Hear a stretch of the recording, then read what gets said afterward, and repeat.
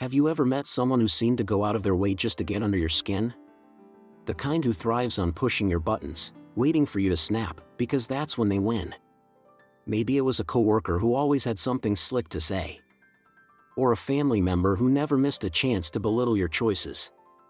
Or maybe it was a complete stranger, throwing out insults at the grocery store like they were handing out coupons. Whatever the case, here's the truth: losing your temper doesn't make you strong, it gives them power. Now, I know what you might be thinking. Back in the day, you could handle your business with a firm handshake or a look that said, "You don't want to cross me." But times have changed. The disrespect is louder now, bolder, and more calculated. But here's the good news: you don't need to shout to make a statement. Sometimes, the most powerful response is calm, deliberate, and devastatingly clear. In this video, I'll show you how to disarm disrespect not with anger, but with intelligence and dignity. Because after a certain age, you don't argue, you outclass. Why staying calm is the ultimate weapon.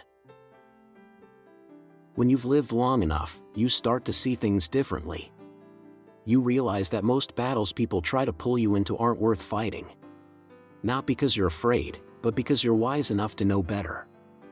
There's a quiet strength in staying calm. It's not weakness. It's not passivity. It's control. And in a world where so many people are quick to shout, react, and explode, the person who keeps their composure, that person holds the real power. Think about it. When someone's rude, sarcastic, or tries to provoke you, they're expecting a reaction. They want you flustered. They want to throw you off balance. Because the moment you lose your cool, they win. But when you stay calm, you shift the dynamic. Suddenly, they're not in control. You are. They expected a storm and got silence. They wanted a fight and got stillness. That's what throws them off more than anything. Stoic philosopher Epictetus once said, "Any person capable of angering you becomes your master." But when you stay calm, no one can master you. You become unshakable. Grounded. A force they can't rattle. Years ago, you might have responded with a sharp word or a raised voice. And maybe sometimes that worked. But over time, you've learned that the real victory is not proving you're right, it's preserving your peace. Your calmness doesn't just protect you, it unnerves them. Why? Because it shows you're not easily manipulated. You're not begging for their approval. You're not on their level, and they know it. And here's the truth: people don't forget how you made them feel. When you calmly shut down disrespect without breaking a sweat, it leaves a lasting impression. Not just on them, but on everyone watching. So the next time someone tries to push your buttons, don't rise to it. Smile.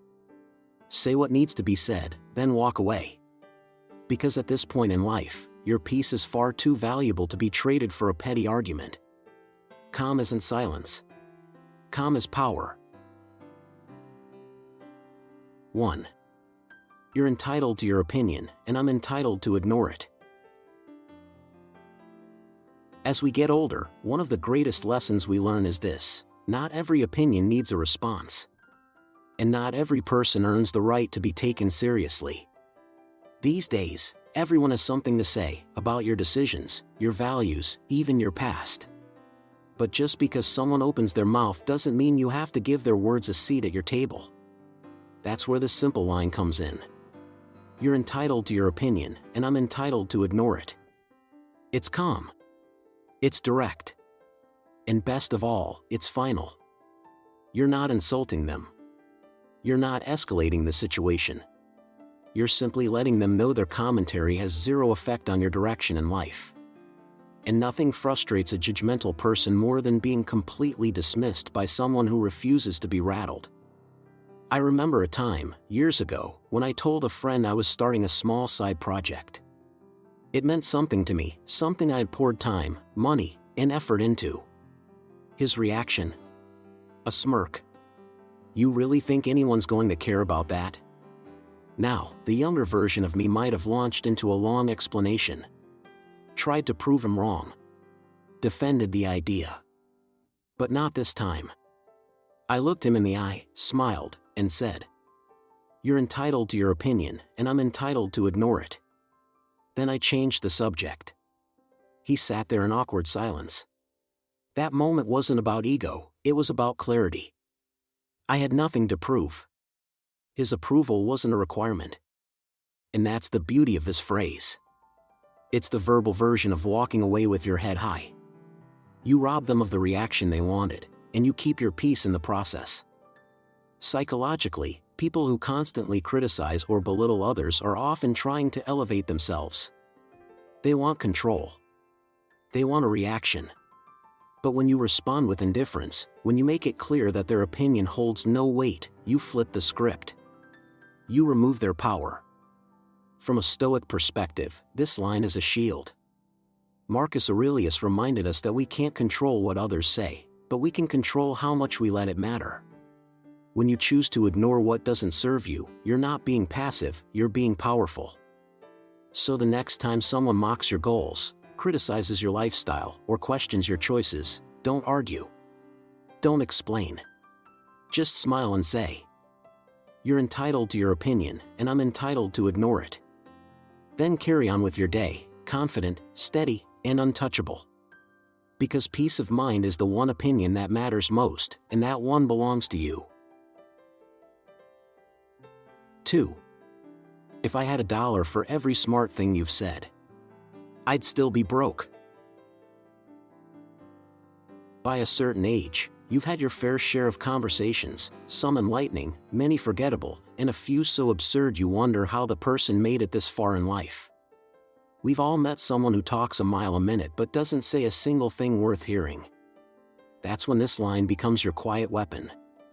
If I had $1 for every smart thing you've said, I'd still be broke. It's clever, cutting, and delivered with a smile. It lands like a joke, but hits like the truth. Some people confuse volume with intelligence. They speak louder, interrupt more, and lace every comment with sarcasm, hoping it makes them look superior. But as you've learned through life experience, real intelligence rarely needs to announce itself. It listens more than it talks and values substance over sound. I remember a man like that, let's call him Gary. At community meetings, Gary always had something to say, usually while someone else was still talking. He loved poking fun at people's ideas, never offering his own. One day, after he mocked a well-thought-out proposal, he turned to me and said, "Right? Like that's gonna work?" I looked at him, calm and steady, and replied, "Gary, if I had $1 for every smart thing you've said, I'd still be broke." The room went still. Someone choked on their coffee. Gary didn't say much after that. Why does this line work? Because it flips the power dynamic. You're not insulting him outright, you're simply pointing out the obvious. And if he tries to argue, he ends up proving your point. If he stays silent, you've already won. Stoic philosophy teaches that we should speak with purpose and restraint. As Epictetus said, we have 2 ears and 1 mouth so that we can listen twice as much as we speak. Loud people often lack that balance. And when you respond with calm clarity, it reminds everyone in the room who the real adult is. So the next time someone tries to win the room with noise instead of knowledge, don't match their volume. Just smile and say, "If I had $1 for every smart thing you've said, I'd still be broke." And enjoy the silence that follows. 3. I don't argue with people who thrive on disrespect. By the time you've lived through a few decades of work, family, and real-life challenges, you can spot a disrespectful person from a mile away. They don't come looking for conversation. They come looking for control. They don't want to understand, they want to dominate. And if you give them your energy, they take more than just your time, they take your peace. That's why this phrase is so powerful. I don't argue with people who thrive on disrespect. You're not raising your voice. You're not sinking to their level. You're simply identifying the game they're playing and choosing not to play. Because when someone makes rudeness a personality trait, the best thing you can do is refuse to engage. I once worked with a man, let's call him Steve. Steve had a gift for turning any meeting into a battlefield. He'd interrupt, belittle, and toss out passive-aggressive remarks like he was passing hors d'oeuvres. One day, after I calmly presented an idea, Steve smirked and said, "Well, we can't all be experts." The room went quiet. I looked at him and replied, "I don't argue with people who thrive on disrespect." Then I turned back to my notes and said nothing more. He didn't know what to do with that. Because he wasn't expecting calm, he was expecting conflict. And when he didn't get it, he lost his grip. Psychologically, people who lead with rudeness crave reactions. That's how they validate themselves, by throwing others off balance. But when you don't give them that satisfaction, when you stay steady, they're the ones who end up looking small. From a Stoic perspective, your energy is a precious resource. Marcus Aurelius wrote, "The best revenge is to be unlike him who performed the injury." In other words, don't mirror their disrespect, rise above it. Not for their sake, but for your own. So the next time someone tries to drag you into a low-level argument, don't bite. Let your posture, your tone, and your words say it all. I don't argue with people who thrive on disrespect. Then walk away, peaceful, proud, and still fully in control. Because you've lived long enough to know, not every battle is worth fighting, and not every voice is worth hearing. 4. Your attitude isn't going to get you very far in life. By the time you reach your 50s, 60s, or beyond, you've probably seen this story play out more times than you can count. A person with talent, opportunity, even smarts, but an attitude that poisons every room they walk into. They think being rude is being real.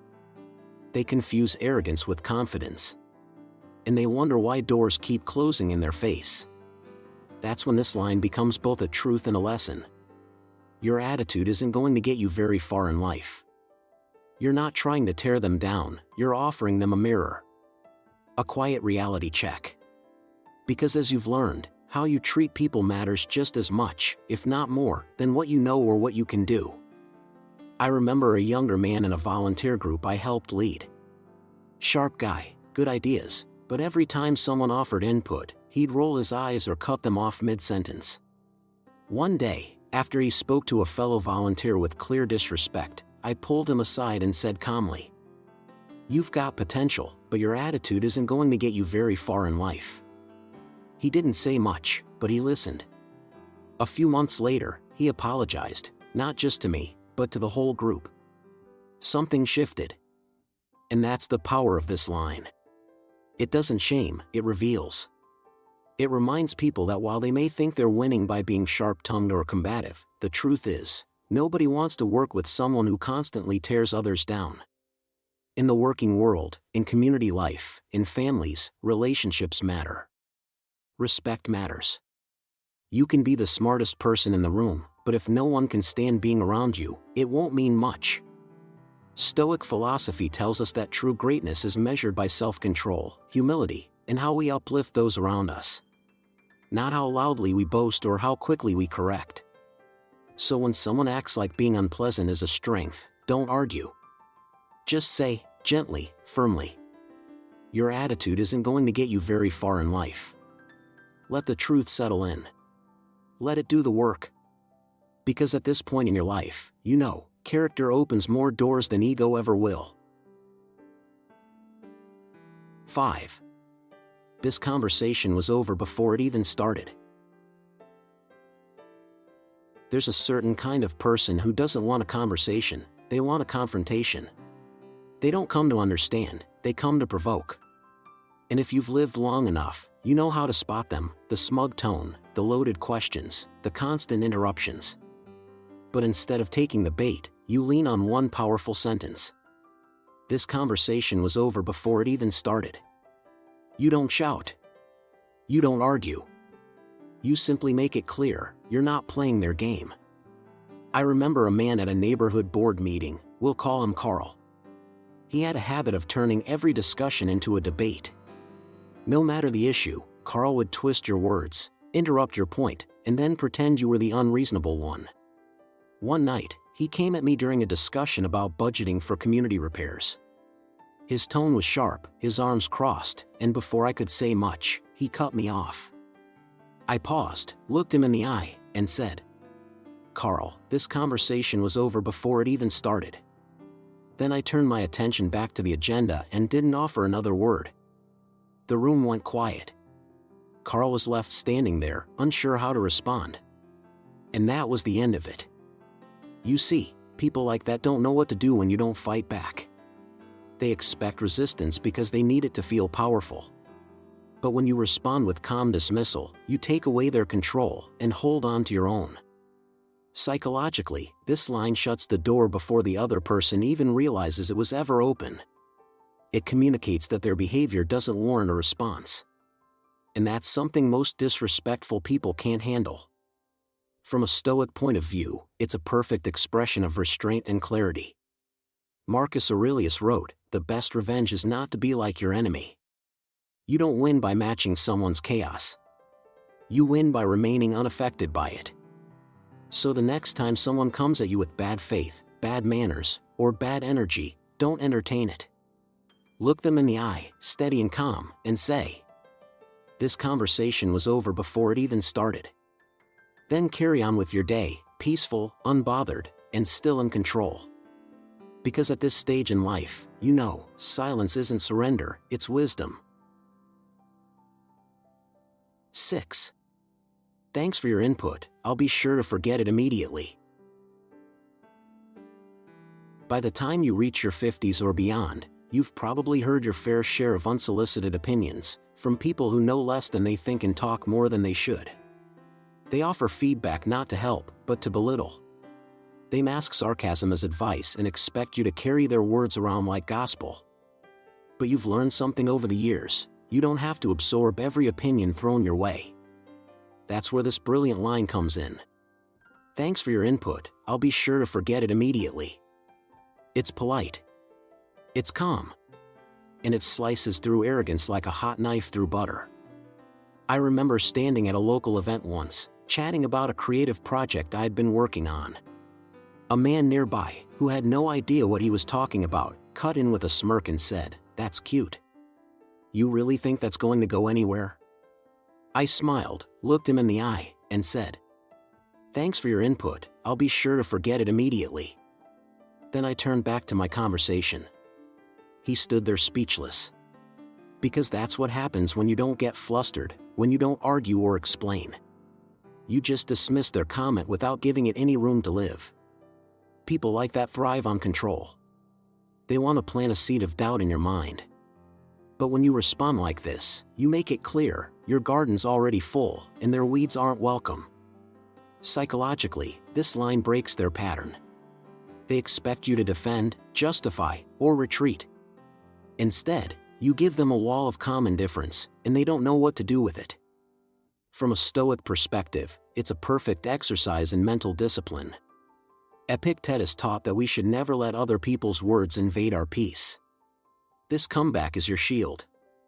You acknowledge the noise, then toss it into the wind. So next time someone offers a rude comment dressed as advice, don't waste your breath.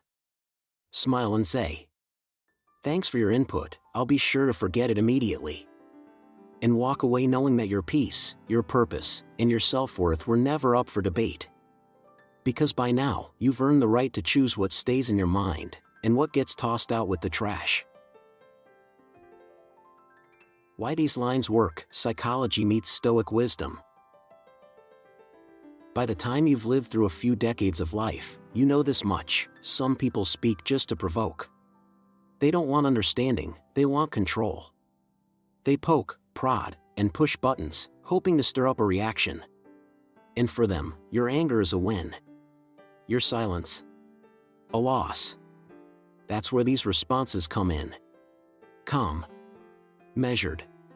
Sharp, not loud. They work because they do two things most rude people don't expect: they refuse to escalate, and they reflect the truth back like a mirror. Psychologically, they disrupt the pattern. Disrespectful people are used to pushing people off balance. But when you answer with poised indifference or a clever, understated jab, they lose control of the conversation. You don't feed the fire, you suffocate it. Stoic philosophy teaches us that true power lies in self-mastery. Marcus Aurelius wrote, "You have power over your mind, not outside events." When you use these lines, you're not reacting emotionally, you're responding with intention. You choose your words, and you control the tone. That's Stoic strength in action. And for those who say, "But I need to speak up for myself," you are. You're just doing it without yelling, without anger, and without regret. You're showing that dignity beats drama every time. In the end, these phrases don't just shut people down, they elevate you above the nonsense. Because after a certain age, you don't argue to win, you respond to protect your peace. Conclusion. You've earned your wisdom. You've walked through decades of noise, opinions, and ego-driven drama. And if there's one thing experience teaches us, it's this: not every battle deserves your sword. Sometimes the most powerful thing you can say is said with calm, clarity, and just enough edge to leave them speechless. These comebacks aren't about being clever, they're about being in control. They're your armor against manipulation, your shield against unnecessary conflict, and your reminder that your peace of mind is non-negotiable. So the next time someone disrespects you, don't raise your voice. Raise your standard. Let your words be steady, your tone unshaken, and your exit graceful. That's real power. If you found value in these lessons, and you enjoy thought-provoking insights on Stoicism, aging with strength, and navigating life with dignity, I invite you to join my free Sunday newsletter. It's where I share timeless truths, life-tested strategies, and tools to help you keep growing, mentally, emotionally, and spiritually. Because after 55, you don't just survive life. You outsmart it.